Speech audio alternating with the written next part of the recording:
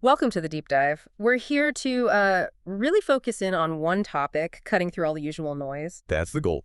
And today we're looking at Dr. Joanna Howe. She's an activist, and her story involves this, well, quite significant shift, moving away from more traditional ways of engaging after feeling misrepresented by media and politicians. Right, a really interesting trajectory. So for you, our listener, if you want to get to the heart of something fairly quickly, but, properly, and maybe sometimes feel a bit like, how do I actually contribute on issues you care about? Could be anything, maybe like mental health detention reform. This should be useful. Absolutely. We've got transcripts from our YouTube channel rallies, parliamentary stuff, street chats, even confrontations. It gives it a pretty direct view. Yeah, it's quite a collection of sources. What struck me was just her adaptability, finding new ways when she felt blocked or, well, misrepresented. It makes you think, doesn't it? How do people get their actual message across today without it getting twisted? That really is the core question her story raises, isn't it? Yeah. It shows this evolution in activism, driven by those exact experiences. It highlights how individuals can, use new tools to build their own narrative. Okay, so let's start near the beginning of this particular arc.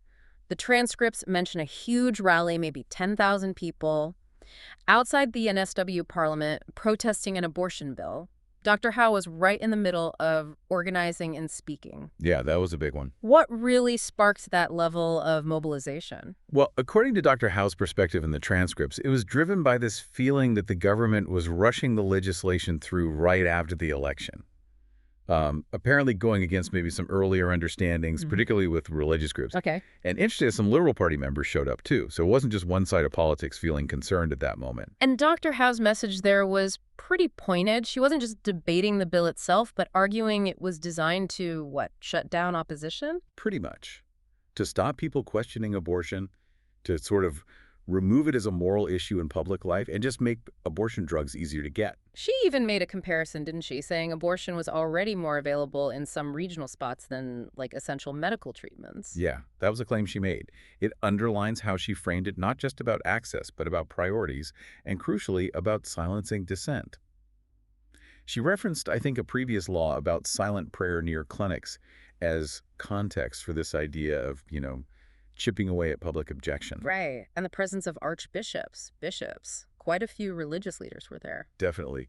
It underscored that ethical dimension she and others were emphasizing. We also heard from others, like Charlie Bakos from the Stand for Truth podcast. He was talking up social media, even back then. Which, as you said, foreshadows where Dr. Howe ends up heading. And Dr. Melissa Lai calling abortion a lifestyle choice, not healthcare.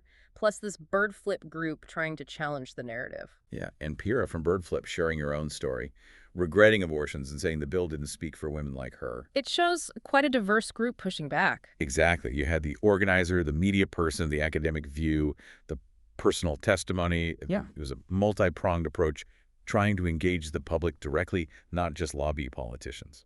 But despite that big turnout, the bill passed the upper house anyway. It did. And Dr. Howe's reaction, as documented, was that it felt like a grubby political deal, that's her phrase, between Labor and the Greens. Okay, and then came attempts at amendments, things like protections for babies surviving abortions, preventing sex selection abortions. Yes, exactly, pro-life amendments. And Dr. Howe felt the way Labor and the Greens blocked these really showed their hand on so-called conscience votes. She saw it as partisan politics overriding individual conscience. That's how she presented it. The procedural stuff used to stop debate on those amendments, in her view, pointed to a predetermined outcome, regardless of the ethical arguments. Amendments about, say, forcing faith-based hospitals to do abortions or requiring doctors to actively refer patients for them, those were defeated. Anything did get through. One thing did, yeah. An amendment requiring an annual report on abortion statistics. A small step, maybe, from her perspective. But it seems her focus started shifting more towards the media and how she felt her story was being handled or ignored. Right. There was this incident she recounts where she tried to speak to the Queensland Premier, Stephen Miles, I think it was then, about late-term abortion stats reportedly doubling. Yeah. And she ended up being confronted by police. But she claims the mainstream media largely ignored it. Okay, and she contrasted that with how other protests might be covered. Yeah, she drew a contrast, suggesting if it were, say, trans activists confronting a conservative politician, it would get way more coverage. It feeds into this narrative she builds about media bias against her side. And there was that news.com.au headline calling her a Canadian troll. Uh-huh. That seems to have really solidified her feeling of being personally attacked, Yeah. rather than having her actual arguments debated. This sense of being misrepresented, ignored, it seems like a real catalyst. So this is where the shift really happens. Feeling misrepresented, ignored by traditional media. Exactly. It seems to have been a major turning point. The transcripts show it was around this time, actually, on her husband's suggestion, she decided to use YouTube. Right, to build her own To platform. build her own channel, yeah. Share her views directly, Right. organize people, and over the next, 2 or 3 years, it really grew. It's quite a proactive move, isn't it? Instead of just getting frustrated with the existing media. Yeah. She built her own alternative. Yeah, I guess. Took control of the narrative, essentially. And the fact that people responded, the viewers would travel interstate for rallies she promoted online, it shows there was an audience feeling similarly unheard.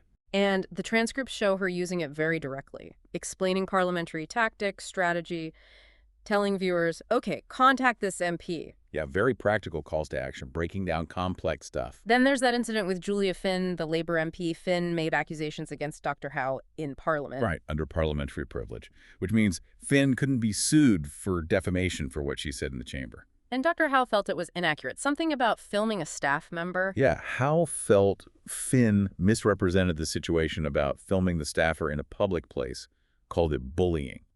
So Howe made her own video response, put it on YouTube, told her side of the story directly to her audience. A direct counter-narrative using her own platform. Precisely. Bypassing the traditional media gatekeepers and also challenging that protection of parliamentary privilege in a way by taking the case to the public directly. And it wasn't just Finn. Premier Chris Minns also accused her publicly. Misinformation, lies, whipping up the community. Yes. Pretty strong accusations from the premier, which Dr. Howe, again, rejected, called defamatory, and addressed directly on her social media. So she's using her channel not just to put her message out, but also as rapid response to political attacks. Absolutely. It shows the agility you can have with a direct channel. And the fact that both an MP and the premier were responding suggests her activism, her platform, was having some kind of impact. It was getting noticed at high levels. But it wasn't all conflict. It's interesting, the transcripts also show her working with the politicians sometimes, across party lines. Yeah, that's an important dimension. There's collaboration mentioned with Liberal MP Ben Hood in South Australia on a live births bill. Okay. And working with John Raddick, a Libertarian MP, on amendments to that original NSW abortion bill she'd protested. So finding common ground where possible, even with Labour MPs. There were hints. Mention of Dr. Sarah Kane, Labor, showing some agreement on the need for better data reporting around abortions. Small overlaps. But strategically, her main focus seemed to be targeting the Labour government, even though abortion was technically a conscience vote for everyone. It appears so. A calculated decision, perhaps, to hold the party in power accountable, aiming to influence specific legislative outcomes. The voting patterns on the main bill did differ between the parties overall. But this direct campaigning, calling out specific MPs based on their votes, that led to more accusations, right? Liberal leader Mark Speakman and Premier Minns both calling it bullying. Yes, that specific charge came from both sides, interestingly. And Dr. Howe's take on that. Her reaction, according to material, was almost validation. Like, if they're calling it bullying, it must mean we're being effective, we're making them uncomfortable. That's quite a perspective, turning the accusation around into a sign of success. It suggests a certain resilience, definitely, and maybe a strategic view of how political pressure works now, especially with social media in the mix. So looking back at her whole journey here, that resilience really stands out, especially against what she saw as media distortion and political attacks. It does. And for you listening, maybe still thinking, okay, but how do I contribute? Even after hearing this, what's the takeaway? I think Dr. Howe's story really highlights the power of, well, direct engagement. Using the platforms you have available, maybe it is social media, maybe something else, when the usual routes feel blocked or biased. So it doesn't have to be massive to start with. No, I don't think so. Her story shows that finding your channel, whatever size it is initially, finding your way to share information, to connect with others, to make your voice heard authentically, that can be a really powerful first step. It's about figuring out what works for you. Right. So summing up this deep dive, We've seen the hurdles activists can face with media and political narratives, how Dr. Howe responded by building her own direct channel, and how she's used that for persistent engagement, sometimes even finding ways to work across party lines on specific issues. Navigating misrepresentation, finding empowerment through direct communication, and the complexities of trying to influence legislation. Which leaves us with a final thought for you to consider. Given Dr. Howe's experience navigating today's pretty complex media world, what do you think are the genuinely effective ways for individuals to make sure their voices are actually heard and heard accurately? How do you make a real impact? Something to chew on. Definitely. We encourage you to check out the sources, explore Dr. Howe's platform if you're interested, and keep digging into these questions. Thanks for taking this deep dive with us.